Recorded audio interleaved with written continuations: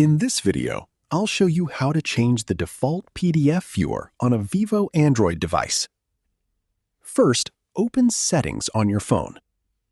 Scroll down and tap on Apps Management. Then find the app that is currently opening your PDF files, such as OneDrive or any other PDF reader. Tap on the app, then select Open by Default. Now tap Clear Defaults to remove it as the default PDF app. Next, go back to your file manager and open any PDF file. You'll see a pop-up asking which app you want to use. Select your preferred app, like Google Drive or another PDF viewer. Then tap Always or Don't Ask Again to set it as the new default. That's it. Your chosen app will now open all PDF files by default on your Vivo device. If you found this video helpful, don't forget to like the video, subscribe to our channel, and press the bell icon for more tutorials. Thanks for watching.